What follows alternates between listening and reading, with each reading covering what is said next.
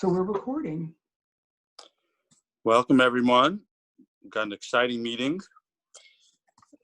We're missing Sarah, but she's with us in spirit. The Zoom garden plot for the July 13th. Our 9th session. Wow, right? How'd that happen? Yeah. For tonight's agenda, we didn't really ask anyone in advance to do a weekly update. Does anyone want to volunteer to do that? I'll talk a little bit, Michael. Great. Okay. And Lynn Trotta is here tonight to do the presentation on berries. Let's get to a couple of the questions that we have. Here's the first one. Gail, why don't you go ahead? It's your question. You can read it. Oh, well, this year, because of COVID, I started tomato plants by seed, and then I bought a few more. So I have a lot of tomato plants. And I realized, they produce, but is there something I should know? I had a neighbor in Brooklyn who pruned his tomato plants in the wildest way and was arguing, get rid of all leaves, just have the fruit. But I was just wondering, I tend to, and with all this rain, there's a lot of brown leaves and spotted leaves, just cutting them off, the ones near the bottom. But is there any advice people could give?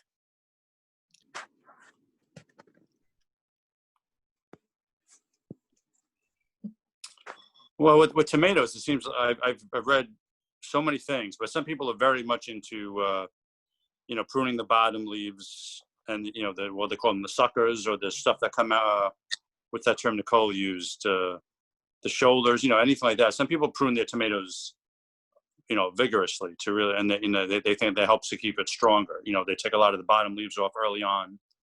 And, but then I've read other stuff, to leave everything. I usually find it is better to prune it just to allow a little more airflow, because then sometimes it can get a bit congested, and then as you see, a lot more brown leaves occur. So yeah, to an extent, I think it is better to prune it, in my personal opinion. I don't know what anyone else thinks, but feel free to share. I guess the argument on the keeping the leaf sides on that I've heard is that the leaves are like solar panels, and they collect energy to go into that plant. And you do want to cut them off to make sure you got all the airflow, but as much as possible, you want to leave them on to get as much energy as possible. There are other interpretations. I'm hoping someone else is going to give us one. I always get tomatoes. I never have any, real pattern to my, approach, except for pinching off the little, are they called suckers between the leaves? Yeah, exactly. Mm-hmm. I'm definitely a fan of let them get air. So to the extent that I can cut some of the stems that have only leaves from the bottom, certainly the yellow or brownish or spotted or other ones first, but even the good healthy green ones, in order for the plants as they start getting big and a little more congested, I'm a fan of just cutting when I can. Thank you.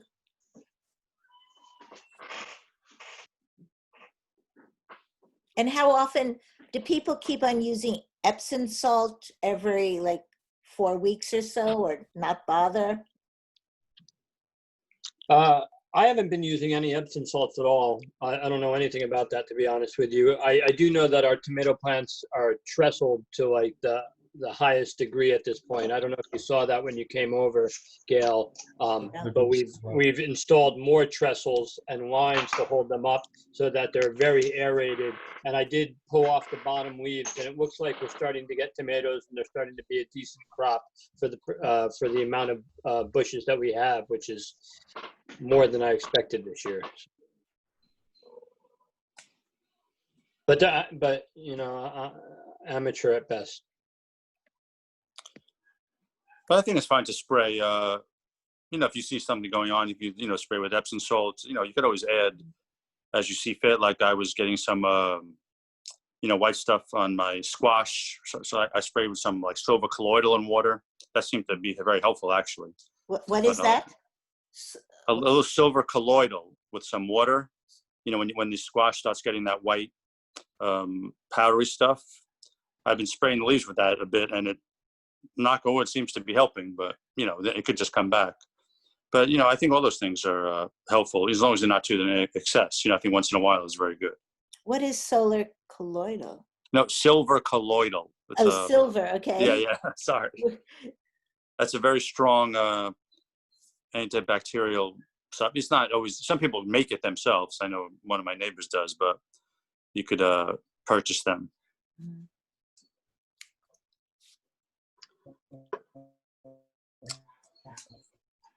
Let me see any other. Oh, did we lose? There's Michael. Okay. Any other question?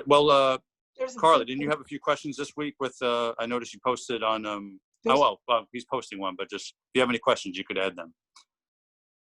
So actually, this is my question. We have certain things finishing up, and before we started the cameras, we talked about peas finishing up, but we're also pulling up like some radishes and turnips, and so we've got like some empty spaces and beds, and we prefer direct seeding things. What would people be putting in beds at this time? But also, I'd also like to hear about, is everyone's peas finishing up? I mean, is everyone's peas been sort of forced to finish? Yeah, I see a lot of head shaking, but Carly there is saying no. Go ahead, whose peas is finished up already? Mine are look like they're saying goodbye, but they're still there, but look like they get wilting a bit. But I see Carly had a nice bunch there, so you never know.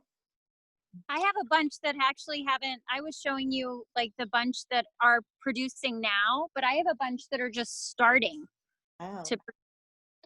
Wow, see? Just goes to show you never know. Are they in a shaded spot, or are they real bright sunlight? No, it's really quite sunny in here. When did you plant them?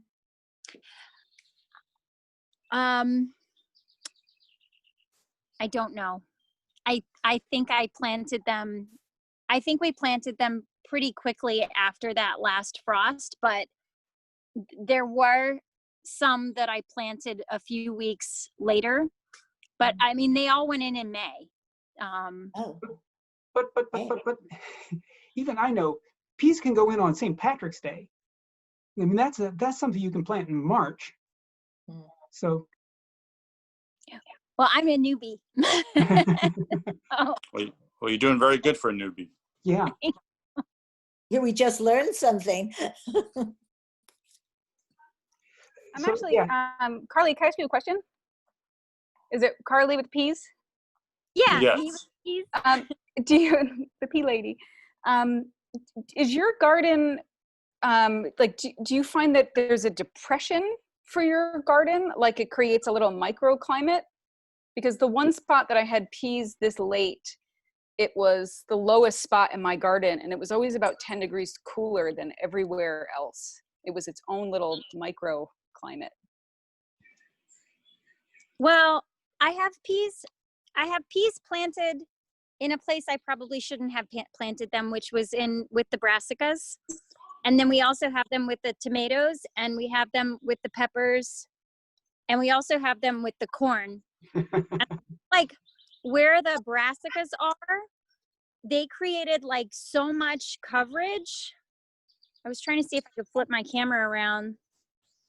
They created so much coverage. I actually cleaned out a whole bunch of leaves so you can actually see the ground now in some places, but you couldn't before. And so I think that did create a lot of cool space. Like it's really cool underneath all the brassicas, and I pulled them out to let the bush beans have some air.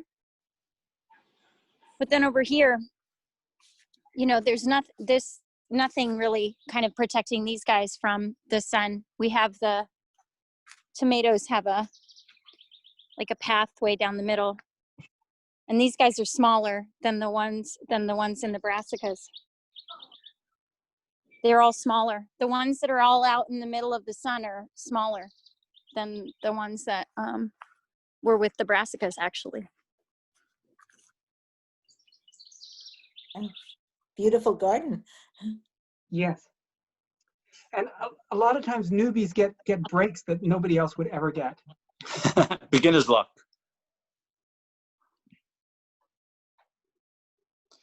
And you were, so Michael's asking anyone else planting stuff right now directly or starting inside? So if you had empty spaces in your garden, what would you start putting in now?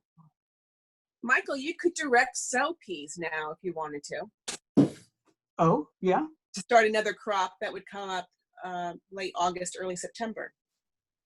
Okay. I put in beets and carrots, in open spaces.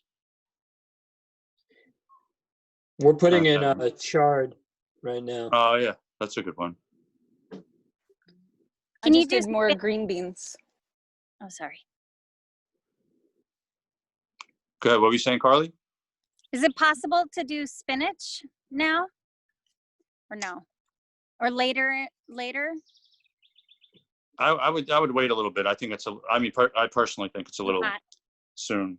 I mean, I grow that Malabar spinach that kind of trellises up and likes the heat, but typical spinach, I think unless you start it inside and then transplant it, but to do, I mean, again, there's no rules, but I think it's a little early for greens and such. What kind of spinach is that?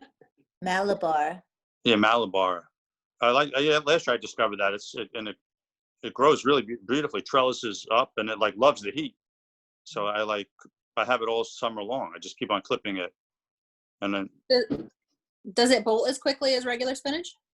No, it doesn't bolt at all. It grows up. It doesn't. No, it's not. It doesn't even look like a regular spinach. Like if I put a trellis, it'll grow along the trellis, and I clip it. I think it's great. Where's that come from? Well, I got it from the Midsummer Farm, but I definitely think it's much more of a warm weather crop, not native to here. But I always get so frustrated with the spinach here. Like I have such horrible luck with spinach trying to grow it, and then when I grow it, it goes like in a day. Like one hot day you come on, and I'm like frustrated. So it's a vine spinach. Yes. Yeah. Yeah. Last year I tried it out, and it's just starting to really go now, and it grows up all up the trellis, and I just kept on clipping it, and I thought it tasted good. I'm sorry, is it perennial too? No, I don't believe so. I think it's just annual. Okay. But yeah, it was very productive.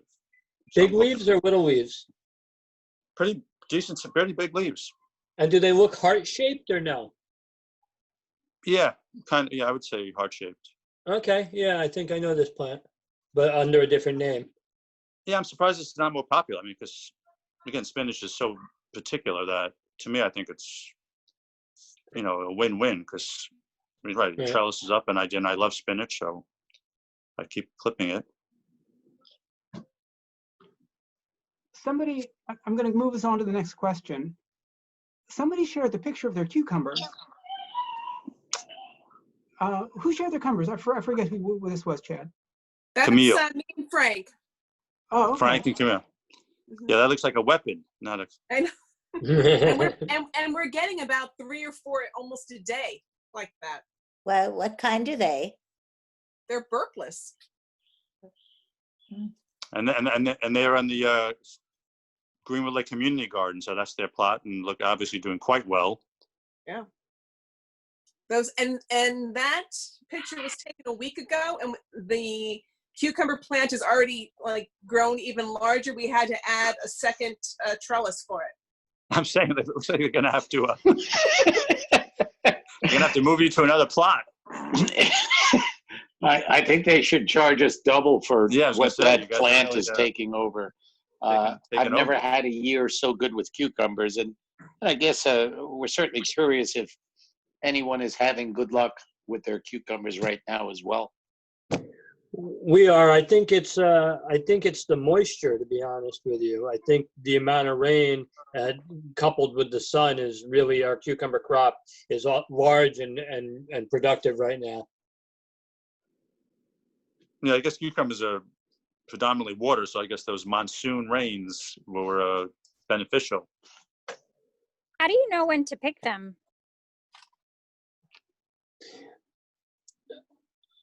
Was that question for me? I don't like to see any white on them. So they get too big, they start to get a little white on the skin. I want them to be all green. What are What- you doing with all of your cucumbers? Are you into pickles? Me? No, I'm No. asking Frank and Camille.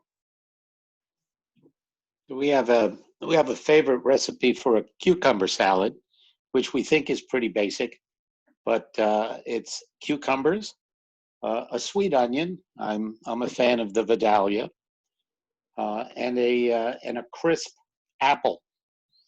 Now we couple that with a little bit of olive oil, some vinegar that I flavor annually, and then a generous sprinkling of oregano and a pinch of salt. Chill it, and I just don't know what to say. And It could basically, be a meal we're in living itself. on this salad right now Sounds good. while we're eating. Well, again, if you have any extras, bring them over Friday. I'm doing that. We're doing that food swap in Greenwood What time Lake. is the food swap on Friday? I might bring some. Yeah. Yeah, now's the time people start having. Now all of a sudden you have like 500 cucumbers. That's Yeah. when people start getting extras of everything. And I what think time it's is at the 7, swap? right? At 7? 6:30 to 7:30. Got it. Mhm. I have one more question. Gosh, and again, this is my question. Jesus, Michael. Yeah. We've got 2 asparagus patches, and and one of them is older. One of them is finishing its 2nd year, so we presumably would start eating it next year. But the second one, it just seems like it's like thinner, and it just doesn't seem as full as it should be. And the other day I was out jogging and I looked at somebody else's asparagus patch and thought, wow, Your asparagus envy? maybe that's the name for it. Yeah. But I'm thinking, Lynn, sorry. what Lynn else- might have an idea with asparagus, right, Lynn? you're on. And I'm remembering I said I would take a picture of my asparagus patch and I totally forgot. Mine is, I think it's 6 or 7 years old now. So it's a little bit more established and it definitely gets better and better every year. The big thing for me has been not cutting any of the green back after I'm done harvesting until everything is completely dry. So like sometimes I wait until December and then I chop up all of the dead stalks and I use that as mulch. And then I do another couple of inches of chopped up leaf mulch because it feels like I honestly just go by magic outside. I don't know how I am ever able to grow anything. I kill a lot of things, but it feels like such a heavy feeder to me that I'm just constantly doing so much compost on there. Even though I've seen them growing in the wild in like road ditches, which I know it's got crappy soil. But my asparagus patch is very full and very, very happy. So, Do you have So asparagus like how beetles? tall? Like 6 feet? Like is there a height that's ideal? I'm 5'4" and it's taller than me. I trellis it. I put up trellises throughout the bed and then I rope it because if we get a really bad windstorm, it falls over and then it will break the stalks and then they're not supplying the roots with food anymore. So I do have to trellis it midway through. Okay. My first one is a little bit more like that. The second one just isn't quite there yet. But when yours Right, and you was said it's your old- 2nd year, so it gets stronger. Yeah, when yours was 2 years old, it wasn't that full yet, I'm guessing. No, it was definitely not that full. Okay. And Now, what about with the asparagus with bugs and worms? I've never had any worm issues. This year was the first year I've ever noticed it's a big year for Japanese beetles where I'm noticing them all over the asparagus, but I'm not seeing any damage. I've never ever seen any other pests on there. And the bees love the little flowers. okay. Okay. Anybody else have ideas for like fertilizing an asparagus patch or promoting the I'm always a big proponent of homemade compost is the best thing that you can do. And like right on site, like really layering it. Good.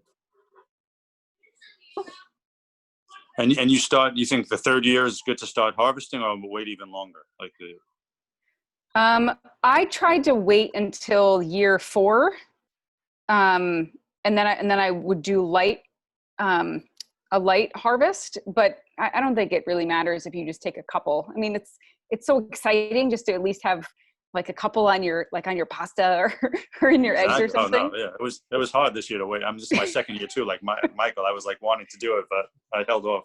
It's totally worth just getting a little bit.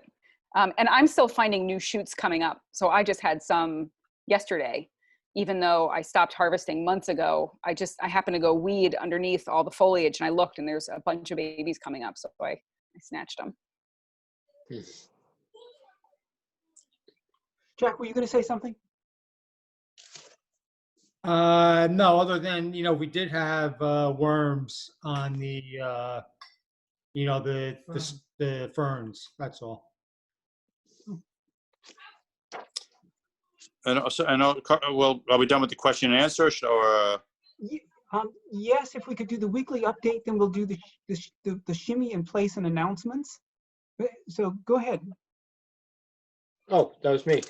So just what we have going on right now, we have the tomatoes that are starting to come on the vine. My hot peppers are producing, which I'm really excited about. The green peppers are not as of yet. Cucumbers I talked about. Green beans are climbing the pole, but I haven't seen any yet. We pulled all the peas. I'm harvesting beets right now, beautiful golden and red beets. What else is going on there? Zucchini and summer squash, and then I have some volunteer gourds that I'm not sure what they are yet, but we're trying to figure that out. And that's about it. Been putting down mulch. I'm making compost with all the chicken scratchings and everything from the chicken coop, and that's gonna get. I'm gonna leave it out all summer, and then I'm gonna put that on the beds come fall, and hopefully that will help out. And what I've been doing with that is giving them all like the leftover pea shoots. I have maple chips and chicken manure, and throwing in grass clippings and everything, and just trying to mix that up and pile it up and have them scratch it down and pile it up again in order to have a good compost that I can utilize when fall comes to winter over. That's really all we have going on right now. That's all. Beautiful. I think maybe now is a good time to ask Alexandra to introduce Alexandra and ask her to do her weekly update. When we started this, we were meeting weekly, and we were having hour-and-a-half-long meetings, and a lot of people said, oh yeah, we want something on foraging. And so I started looking for something on foraging, and then somebody got back to me, but he was out of town. Finally, he got back to me, and then he introduced me to Alexandra, who's here now to tell us what's available for foraging in the Warwick area. So, Alexandra, are you ready to go?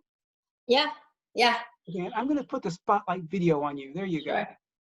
Okay. If you want to just briefly introduce yourself, that'd be great. Yeah, sounds good. Hi, everyone. I'm Alex, and I am an herbalist. I live in Central Valley, so about half an hour from Warwick. But Joe, who connected us, lives in Warwick, so I'm often over there. I do lots of plant walks and classes on how to work with medicinal herbs, but also on my own time, I do some foraging, pretty much try and find what is growing around me and how I can use it for nourishment and for food. So I don't have a garden, so this is really, really interesting. I've been watching the videos. I don't think I have much of a green thumb. I grow weeds really well and medicinal herbs, but this is the second year I try to have a garden, and instead I decided to get ducks, and they ate everything that was growing. So they're really happy, but no garden this year. So I actually saw the email that you guys were going to talk about berries today, and I was already prepared to talk about some berries that are in season right now and growing around us. So I hope that I don't go over too much whatever you guys were already going to cover. But I wanted to talk about 3 types of berries in the rubus genus. And I will share my, is it okay if I share my screen? Let's see. Otherwise I can just talk through it. If you had, gosh, I didn't realize you were going to talk about berries. Why don't we do this? Because really, I've forgotten her. Lynn has prepared like a 20-minute presentation on berries. Why don't we do this? Why don't we let her do that first? And then afterwards, we'll let you supplement. Does that work? Yeah, that's how I thought it was going to go after I saw the email. So that's okay. Perfect. Okay. Yeah. Sorry, I hadn't communicated better before about that. Yeah, no worries. So for those of you who are new, we have a little tradition. You know, it really is hard on the body to sit still for a whole hour. So we ask people halfway through to sort of stand up and shimmy in place. Now, as much as you're sick and tired of sheltering in place, just sort of shake yourself a little bit, move around. You can do this off camera. Really, we prefer that for many of the people. And then come back and we'll do the announcements.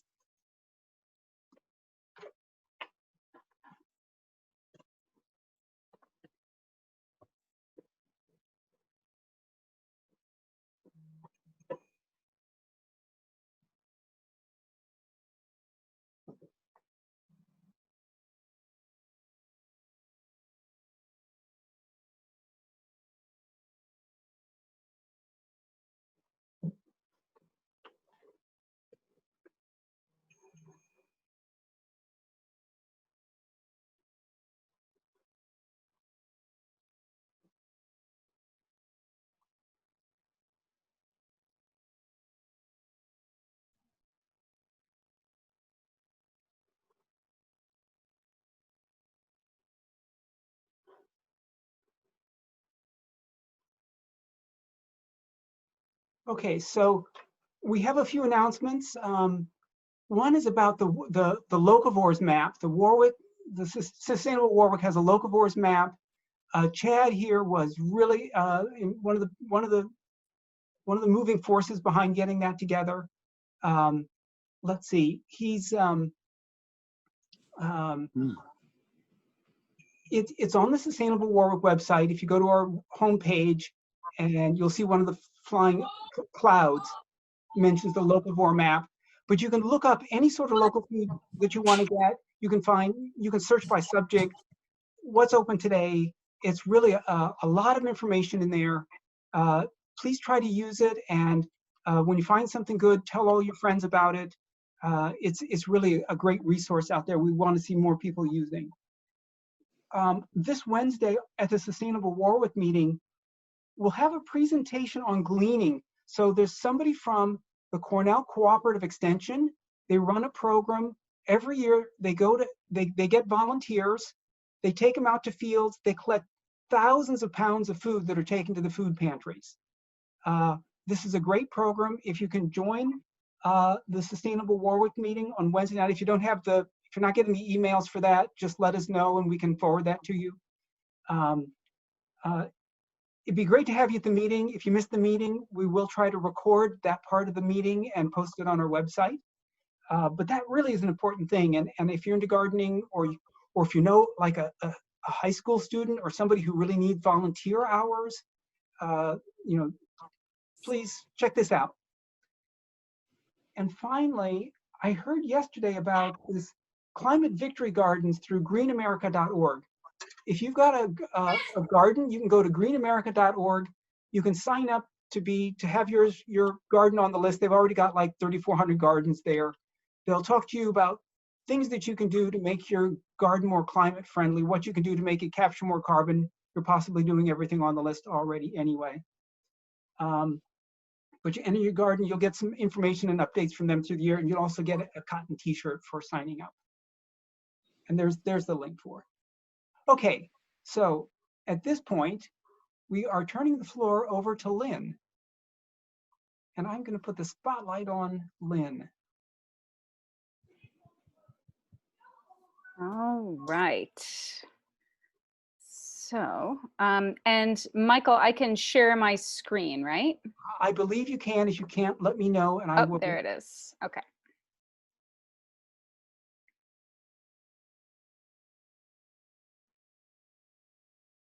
Okay.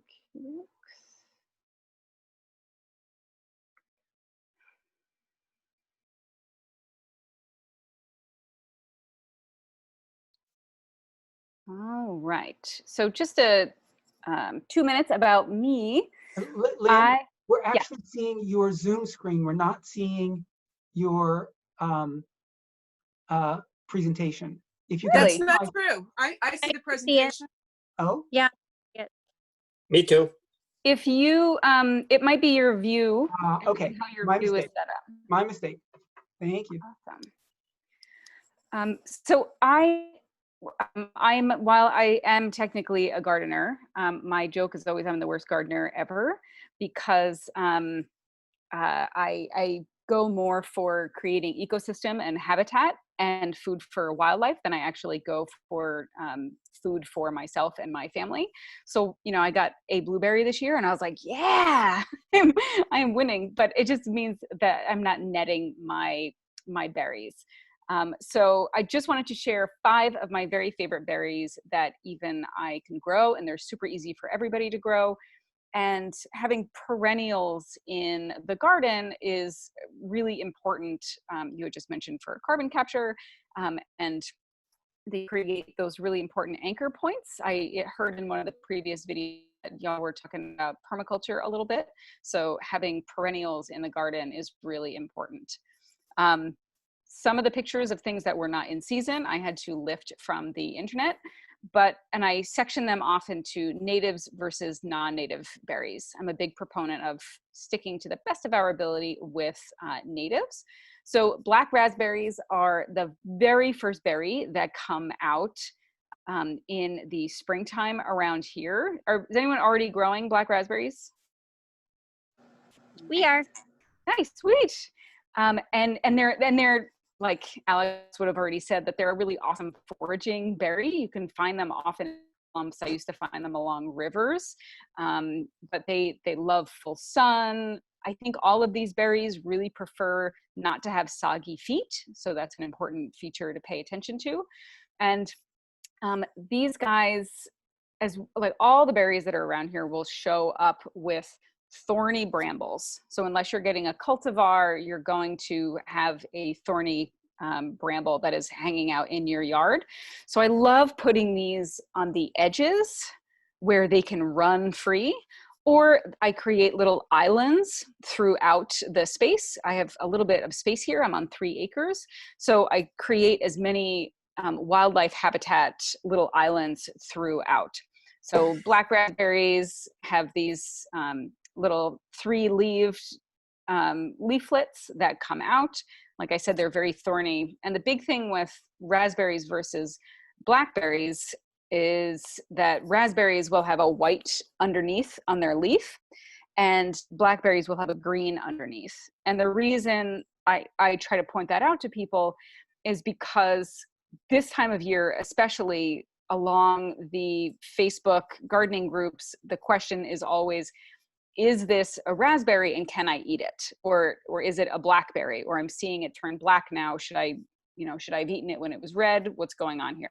So you can tell because raspberries are green underneath and raspberries are white underneath like this, and blackberries have a greenish velvet underneath. Of these are pretty much where I am. They're done. I've eaten them all, or the birds have eaten them all. These will produce better for you if you are cutting. So if you are in the autumn, or even these guys do well in the spring, cutting them back to no more than 4 feet. And if you are cutting them shorter, they will send out little lateral shoots. And these guys are on 2-year canes. And something that's important about this for people who are probably growing or potentially could be growing a variety of berries in their yard. I have always read, but I have never experienced it as an issue, but I want to pass it on, that growing black raspberries near other raspberries could potentially spread disease. So you want to have them at least 10 feet away from your other raspberry plants or blackberry plants that you are growing. Like I said, I've never had an issue, but it just feels important to say. And these guys are really abundant. And the more you are, the more you're cutting back, the bigger the berries that you are going to get. Does anyone have any questions on black raspberries? No. Do you refer to those as black caps, or are they? I mean, because there's I have two kinds of blackberries on my property. I have a big blackberry, and I have a black, what I call black caps, which are just like a little, what I believe you're calling the black raspberries. They have the white underneath, and okay, I guess. Yeah, I mean, I've always called these black raspberries. These are the native ones. And the big difference between raspberries and blackberries too, besides the underneath leaf color, is when you pull the berry off, blackberries have the pithy center still there. So raspberries are hollow and you can like put them on your finger, but blackberries are completely whole. Okay. Yeah, and blackberries often come a little bit later in the season. I organize these by date that you would be harvesting them. Something I do also with all of the raspberries that I have is before they flower, I will cut the leaves and I will dry them for tea. You can actually buy raspberry leaf tea in the grocery store, and it's, getting the organic loose leaf raspberry leaf tea is actually really expensive. And it's a really delightful tea. It's one of my favorites. I mix it with red clover. So that's nice to have. And then red raspberries. My red raspberries are showing up now. I just had my first ones. Is anyone growing raspberries? So we do have a native red raspberry here. It's funny, my husband hates them. He thinks that they taste like little pieces of carpet because they're not as juicy as any of the other berries. But they're fun to pop in a salad, or just, I end up eating most of them while I'm walking around the garden. But what I really appreciate about the red raspberries is that we have an ever-bearing cultivar. And that means that we get 2 harvests in a single year. I get a harvest now, and then they'll reflower, and I will get a second harvest in late August, early September. And that's really good for the emotional stamina of gardening, I feel like, because all the other berries are done at that point, and it just feels like a special gift that I'm getting. And these guys, you'll also have to cut back and will be a little bit happier if you're being more attentive to making sure that you're cutting them back. And again, full sun, no soggy feet. And especially with all the berries, I'm not excessively attentive to fertilizing. Whenever all the leaves fall, I clump everything up underneath it, and I'm not really feeding any of them. Especially the native things that grow around here, I feel like as long as you're not messing with their natural flow, they will take care of themselves in a really good way. And these raspberries also will have thorny canes and will have the leaflet of 3s, or they will come out in a pinnate. So this is what I have outside. They'll come out in 4 right next to each other, and then the terminal leaflet will be right there. And these guys, the canes are not as thorny as, say, the black raspberry. But I just love these. Is there anything to do to maximize the crop? Because my neighbor gave me some ever-bearing raspberries, and hers are so prolific, and I don't get very many. I think the more attentive you are to cutting and maintaining, the more abundant your crop is going to be. But these guys they'll bear on their 2nd year cane. I think that's right. So, and you just want to make sure that you're cutting out all of the dead ones, and and when you are cutting, if you cut in, you know, that very specific gardener sort of way of making sure that the bud is facing out so that they're going in the direction that you want them to. So it's creating the airflow, because if you cut with them going into whatever space you're using, there's a lot of crisscrosses, and then the airflow and sun is limited. Yeah. Question. Should I be harvesting the tea for my raspberry leaf tea now? I always collect before it flowers and before it fruits, because what I was always told was you want to take the part of the plant where the energy is, and Alex would know better about this, but where the energy is focused in the plant.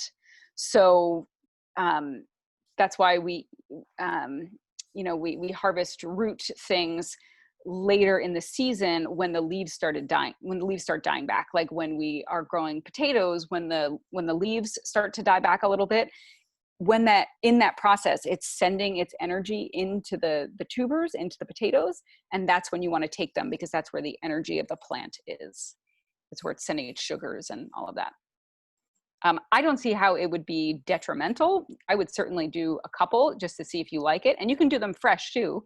You can just pour very, very hot water over it, and you can see how that is.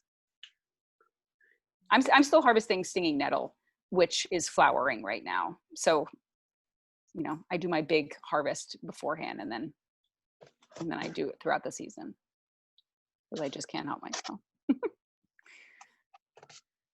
All right, wineberries. These are also, they're called Japanese raspberries, I believe. They are not native. They come with a little bit of a stigma. Some people are very serious about only letting native plants on your property, and they will say to remove these because they're considered invasive. I forgot to say, all of these are really easy for propagation also. But I don't plant these intentionally, but I also don't remove them from my property, because they are my very favorite raspberry that I can possibly eat. My very first one just came out when I was on my way inside. I saw it in the driveway and I was very excited. But I just love these. The big difference between these, when you are looking at the leaves and the canes, is that the canes have not just thorns, but red hairs all over them. So when you see them in the autumn and the winter, when they have dropped all of their leaves, you can see them at a distance and they look like they've just been spray painted red. I mean, it's just very clear. And they have the little coverings around the berries are covered in this red, sticky feeling, I don't think it's some type of sap, but it's after you pick the berries, your fingers feel very, very sticky. So that's one of those indicators that you want to look for. And the leaves are definitely more rounded when you're looking at that leaflet, when that three-leafed structure. But I love these. These are, this is the best jelly you can ever make, is out of these berries. And it's just so good. And our favorite thing to do is to go and get soft serve vanilla ice cream and put these berries in them and then mix, because it's just the perfect amount of tartness. I just love them. Any questions on wineberries? Oh, I got a whole bunch. All right, hit me up. I always refer to them as wild raspberries, but as soon as you showed this picture that's in front of us now, that's what I have. And I'm under the impression that you cut the cane from, like, the fruit that was produced this year, that's the cane you cut? These ones I'm not 100% sure about, because I don't maintain these. These are my wild friends that I just so happen to share space with. I'm much better about cutting back my red raspberries and the black raspberries. These just sort of show up. And these are the ones where every couple of years we will mow them down completely. I mean, we will wipe them out. And then the following year, they come up super healthy and super strong. And actually, that was my friend who is a permaculturist. He teaches permaculture at Cornell. His thing with any of the brambles is to take a really heavy lawnmower and just kill them every couple of years, and they will come back happier and stronger. Yep. And so I'm not sure exactly what to tell you on what number of years they bear on each cane, because each one of them is a little bit different. Alex might know. Do you know how they bear?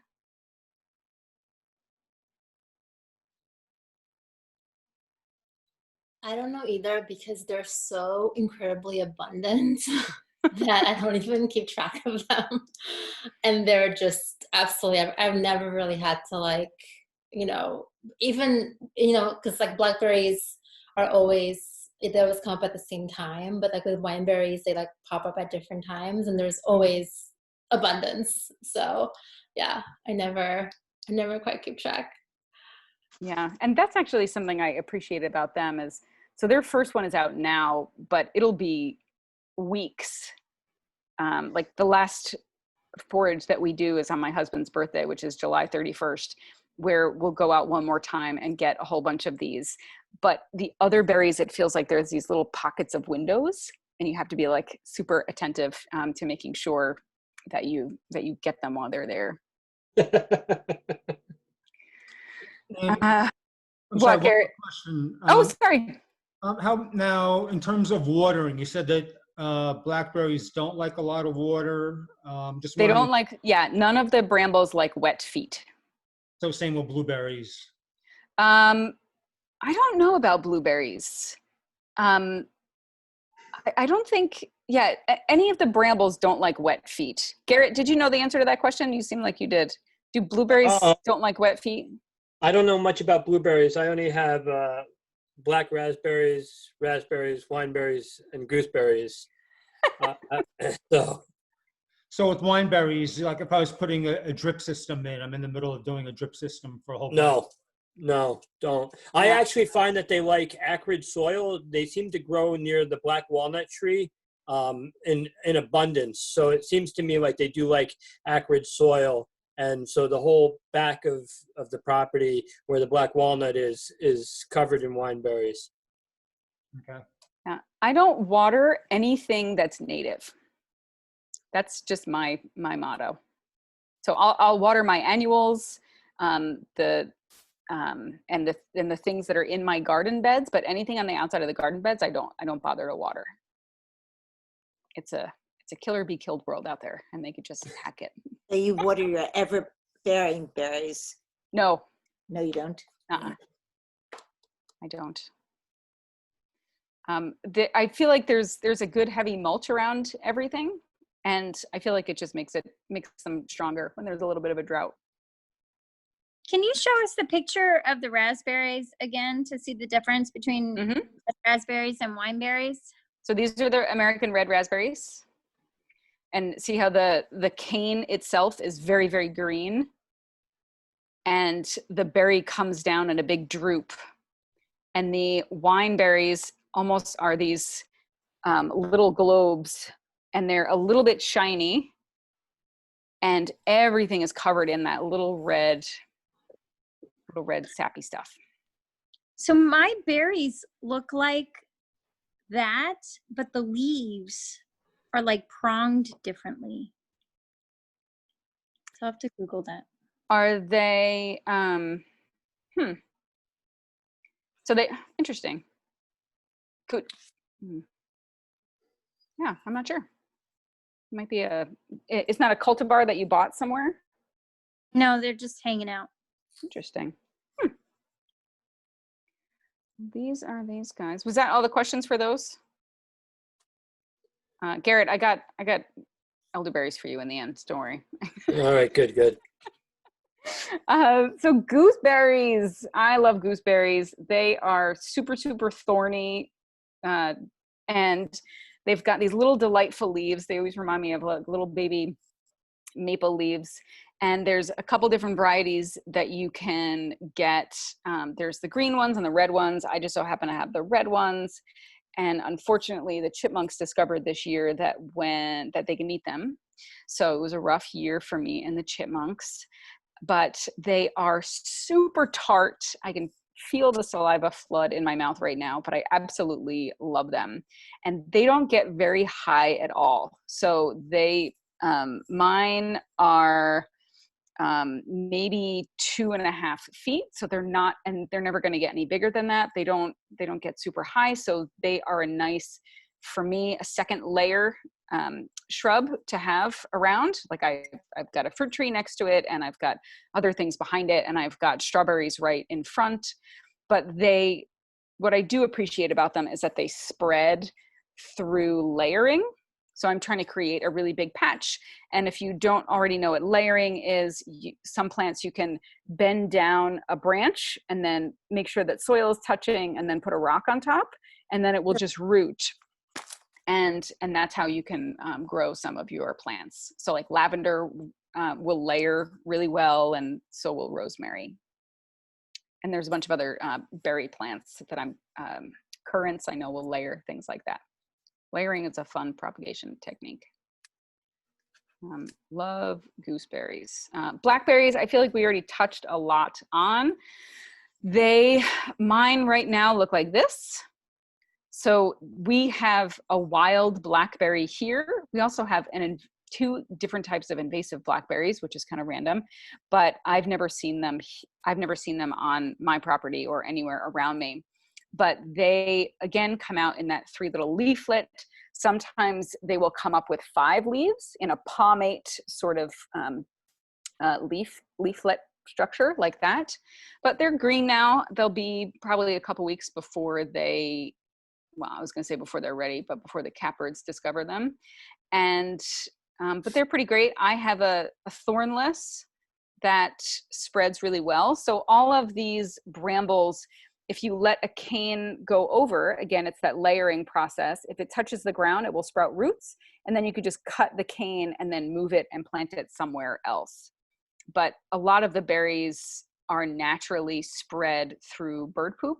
So if birds are getting into the berries, they're going to be spreading the berries all over the place, which is why there's the wineberries are all over, because they are not native to this place. Someone brought them here, and now the berries are pooped out all over the place. But I love the blackberries. And there's so many different cultivars that you can get now that are gigantic and lovely and delicious and all of that. And again, looking at the underside of the leaf and these really lovely double sawtooth edges on these leaves, I really love them, is that green underneath, and it's a very soft velvety sort of texture. And the canes do have thorns on our wild native ones. Like I said, I have a thornless one. And as a little fun fact, the indigenous people here used to make baskets and arrow shafts out of the canes for these, because they are super strong or super straight when you can get them in patches. My husband tried out a couple different things, and they seem pretty cool. So these are the blackberries. Again, full sun is going to be best for them, but they can tolerate some shade. I feel like a lot of the native plants around here have that ability to tolerate a little bit of shade. So that's always fun to have for them. And elderberries, this is my celebrity. This is by far my favorite friend on the planet. I grow elderberries for myself. I grow them for the wildlife. You can get we have them native, and the native ones are a little bit shorter and a little bit bushier. I have both the native and an Adams cultivar, and it's quite large, where if I wanted to set up a privacy screening, this would be the plant I would use. It's about 12, 13 feet tall. And if we get a really bad rainstorm, they will bend over, and then they'll look like this. I'm sorry, the picture is fuzzy, but it will create this sort of cascade effect of these really gigantic umbels. That's what mine looks like right now. So the flowers are already dying, but you can harvest the flowers for syrup. You can harvest them for tinctures. You can dry them for tea. And the berries, they get this really, really black color. And if you eat a lot of them raw, they will give you a bellyache. But making a jam out of these is definitely my favorite thing to do. I also make a syrup where you can either mix it with honey. I mix it with maple syrup because we tap our maple trees. So I don't have honeybees anymore, but I love mixing it with our maple syrup, and it's just so amazing. And it's like best flu fighter on the planet. Bees propagate like nobody's business. They would probably be considered a weed for a lot of people, because if you have one, after about 4 years, so I don't know if this is a fairly common saying, but a friend of mine always says that when you have perennial shrubs, the first year they sleep, the second year they creep, the third year they leap, and the fourth year you reap. And after those 4 years, that bad boy is going to start sending out shoots from the roots, and it will create a full-on forest. So if you're going to mow around them to maintain them, that's great. If not, throw them on the edge of the property. And their super long leaflets look kind of like black walnuts. So they're really long and they come down and they're just lovely. And the birds love them, love the berries. Unfortunately, this year I've been noticing that I don't have a lot of pollinators on these flowers. And I've been seeing a lot of the umbels, and the umbels can be really large. On my cultivar, there was an umbel once that was like 13 inches across. It was this gigantic mass of flowers, but they're not getting pollinated. And when I used to keep bees, the umbels would be full with these black berries and they would be delicious. But now our pollinators are on the decline, and I'm noticing that not all of them are getting pollinated. So I've been harvesting more and more of the flowers because I can at least get some of the medicinal properties from the flowers, which is And the deer leave them alone? These are in my fenced in area. So I will say that when I tried to grow them I'm reclaiming a meadow, and I tried to create this edge of the meadow, the deer will eat them when they are young. So before they get their woody outside on their stems, and they come up in a parabola like hazelnuts grow, where they will come up huge amounts of stalks from the center. Before they are woody, the deer will eat them, which is interesting because the stems are poisonous, but the deer don't know that, and they don't really care about labels. So they will eat them. What I have found is that if you can keep them until they are a little bit bigger, keep them protected and caged, the deer won't, if they browse them when they get older, it's not going to make that big of a difference. It's going to be like bee balm. Like when deer eat my bee balm, they come back triple the amount of flowers. These also will flourish in full sun, but I did an experiment a couple of years ago and I planted a whole bunch all over the place. And I found one surviving in the deep shade of my mixed hardwood forest. And I'm just fascinated by that. And there's another one that's in mostly shade throughout the day, but gets about 2 hours of direct sun. And I just found a flower on that. It's only 2 years old. So that's pretty exciting. All right, I don't want to keep us over. Again, that's one of my elderberry patches. And just some honorable mentions. If you don't already are not madly in love with serviceberry or amelancher or shadbush, it has a lot of names. It's such an incredible native shrub to have around. They will get really big. They can tolerate some shade, but they are host plant for viceroys and red spotted purple butterflies, and they're really important to have around. Red mulberries, white mulberries are not native. I just found this out. Red mulberries are native, so go for the red mulberries. Good medicinal there. And beach rose is always a great tea for the hips, for the rose hips. That's one of my favorite teas. And then if you're growing all sorts of berries, I have a goji berry, which this year looks a little bit sad, but drying them and then putting them in salads throughout the year is really delightful. And that's it. And that's my little blueberry patch, and it's a little microclimate with the stones behind it. Just saying good night. So sorry if I fire hosed you. Does anyone have any questions about anything? Thank you so much. You're welcome. Thank you. It was wonderful. Thank you. Like I said, I'm not an expert gardener. I'm a life coach, and I teach people how to find happiness and purpose through nature connection. So, and this is just my very biggest passion. So, thanks for letting me play. Thank you. Thank you. Alexandra, do you have anything you'd like to add? Are there any things that maybe we're not growing in our own yards, but we can be going out and finding nowadays? Alexandra? Yeah. Yeah. And also I want to say, Lynn, that was an amazing presentation. It was exactly what I was going to go over. So I was so happy.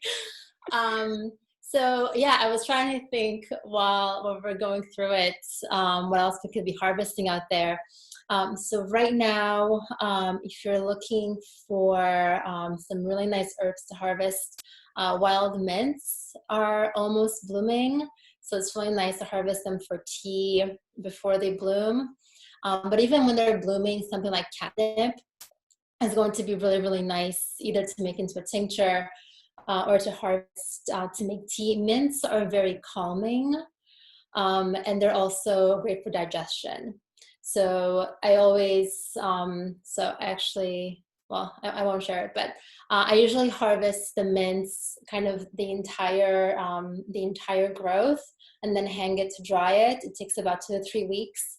Maybe for harvesting something like apple mint, that's a little bit more, like the leaves have a little bit more water, it takes a little bit longer, but peppermint, catnip,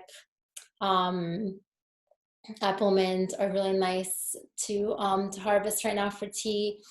And I'm also harvesting elderflowers. There's a beautiful stretch by, I believe it's right on the Wallkill. There's a preserve there, and there's just like tons of elder bushes. And the flowers, you only need, maybe like 10 to 15 fresh flowers to make a really nice syrup, or even to make elderflower wine, which I made 2 weeks ago.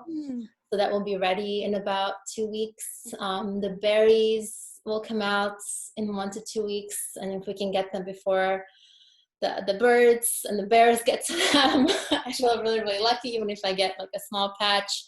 And then blueberries. And the blueberries that I have seen that I harvest in the wild always grow on soil that is pretty well drained and at high altitudes. Even the high blueberry bushes you'll see, in a lot of like the trails in Harriman. I live right by Esquimalt, and I go harvest them from the mountain. So they're really ripe right now. It's really nice to have one of those blueberry shovels because it's much more efficient. So I'll probably go do that tomorrow. That's my plan. And I think that's about it for now. I harvested tons of berries. So that's what I was going to talk about. But yeah, I'm excited for the wineberries and to make jam. Super delicious. And I think that's it for now. Yeah. Okay. Thank you. Thank you. Wow, many of us had a long show tonight. Does anybody have any final questions or suggestions or answers or? So, and Michael, Alexandra will be a regular feature, right, on this, hopefully? Yes, if that works out for everybody, that would be great. Yeah, great. But excellent. I want some jelly right now. Okay, so Chad, do we know what the topic's going to be for 2 weeks from tonight? Sorry? Do we know what the topics are going to be for 2 weeks from tonight? We do not. I know we made a list last time. We could stick back to that list that we made 2 weeks ago, but I kind of bumped into Lynn on my travels, but we had fall, garden prep, different planting times, organic fertilizers, watering, organic pest control. So any stuff like that, we could definitely focus on next time as far as topics. Okay, well, it's a little late. Instead of trying to decide right now, if there's one of those that somebody specifically wants to hear about, send us an email. In the next couple days, we'll be posting a copy of this to the Sustainable Warwick website. I'm glad everyone stuck with us tonight, and happy gardening. Stay cool. We'll see you again in a couple of weeks. Thank you. Thank Thank you. you so Thank you much. so It was much. wonderful. Thank you so much. Thank Great. you. all. Thank Bye. you. Michael, can you you. send that link for the Victory Garden Green America thing? Can you send that in an email, please?